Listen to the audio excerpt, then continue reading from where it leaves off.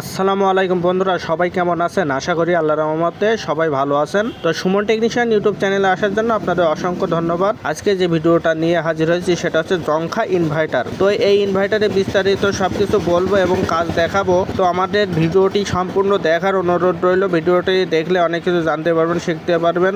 তো চলুন ভিডিওটা দেখে আসি। এই ইনভার্টারটি মোটামুটি ভালো মানের, তবে আমরা সঠিক নিয়ম ইউজ করতে পারি না বলে এই ইনভার্টারটি পুড়ে যায়, নষ্ট হয়ে যায় খুব তাড়াতাড়ি।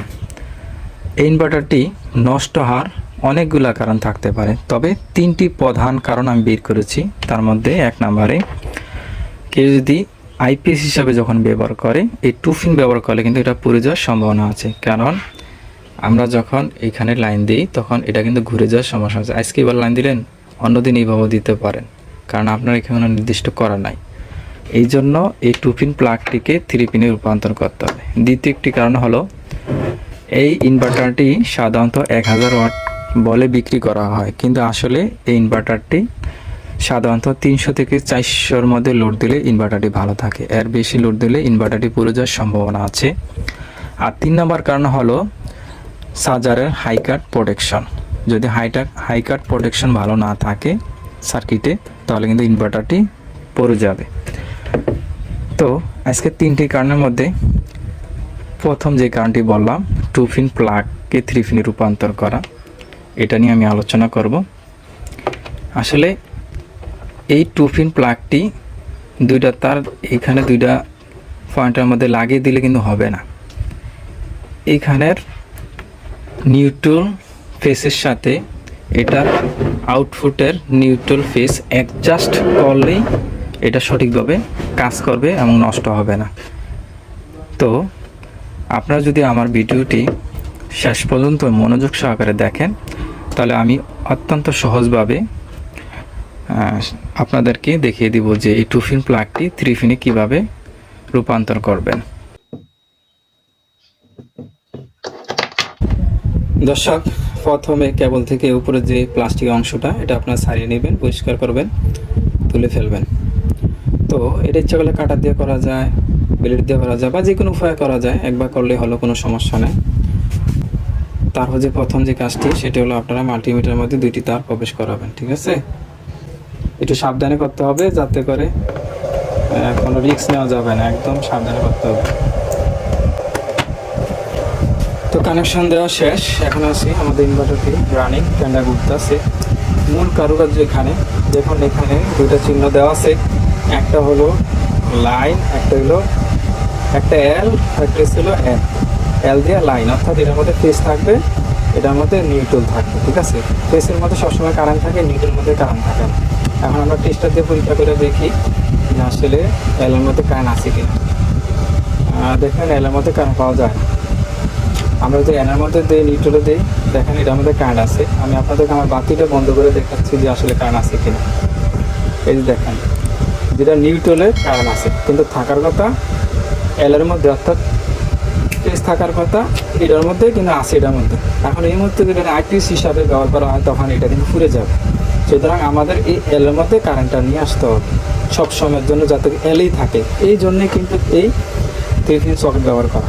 কারণ আমরা যদি এটা ব্যবহার করতাম, অন যেবেলা আছে, আজকে মনে করেন এনের মধ্যে কারেন্ট আছে, আবার এটা একদিন ঘুরে এলে আবার এলের মধ্যে, আবার ঘুরে এনের মধ্যে, আবার ঘুরে এনের মধ্যে, এবার উলট ফলট হলেই আইপিএসটা নষ্ট হয়ে ফিরে যাবে। যার কারণে এটা কিন্তু উলট পাওয়ার সম্ভাবনা নাই, যার কারণে এটার বদলে এটা লাগাইতে হয়। তো এটা এখন কেমনে লাগাবেন? প্রথমে আমরা লাইনটা যেহেতু এনের মধ্যে আছে, আমরা এলের মধ্যে নিয়ে আসবো। প্রথমে এটা আমরা ঘুরাই, এই তারটা ঘুরিয়ে দিই।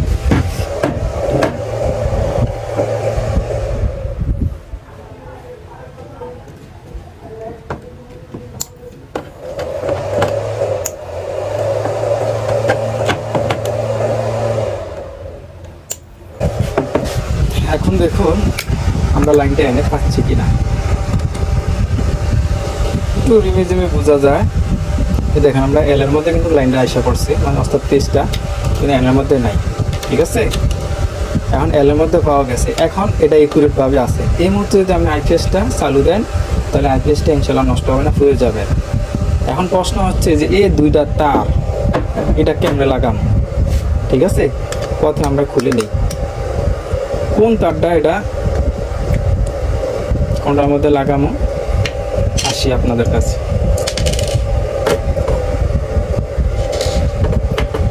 এটা লাগানোর আগে এখানে নিশ্চিত হবেন যে আমাদের ফিসটা কোন তারের মধ্যে আছে, কালোটার মধ্যে আছে না লালটার মধ্যে আছে। তো আমি টেস্টার দিয়ে দেখি।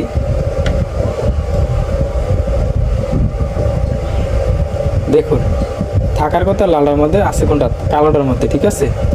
সুতরাং আমরা কালোটার মধ্যে ফেস পাওয়ার কারণে কিন্তু এটা সঠিকভাবে লাইন হয়েছে, লালটার মধ্যে কিন্তু পায় নাই, ঠিক আছে। সুতরাং কালোটাই আমাদের ফেস ধরে নিতে হবে, যেটা আমাদের ফেস আছে ওটাই আমাদের ধরে নিতে হবে।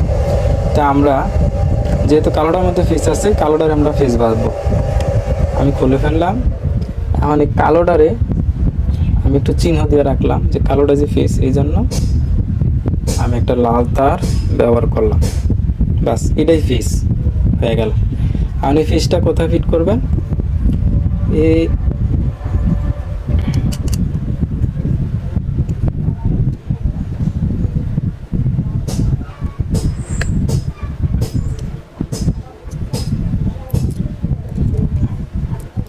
বিসমিল্লাহির রহমানির রহিম।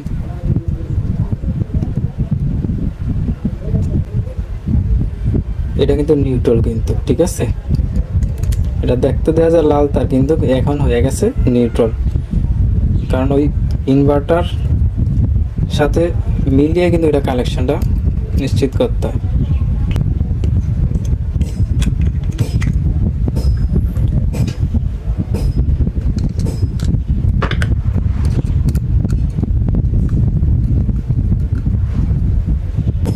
এখন আপনারা নিশ্চিন্তে এটা ব্যবহার করতে পারবেন ইনশাল্লাহ। আর আপনাদের এই ফেস নিউট্রাল উলটপালট হওয়ার কারণে যে একটা ইনভার্টার নষ্ট হয়ে যায়, এটা ইনশাল্লাহ হবে না, অন্তত এই জিনিসটা নিশ্চিত থাকেন।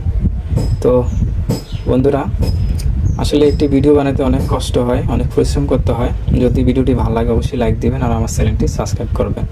ধন্যবাদ সবাইকে।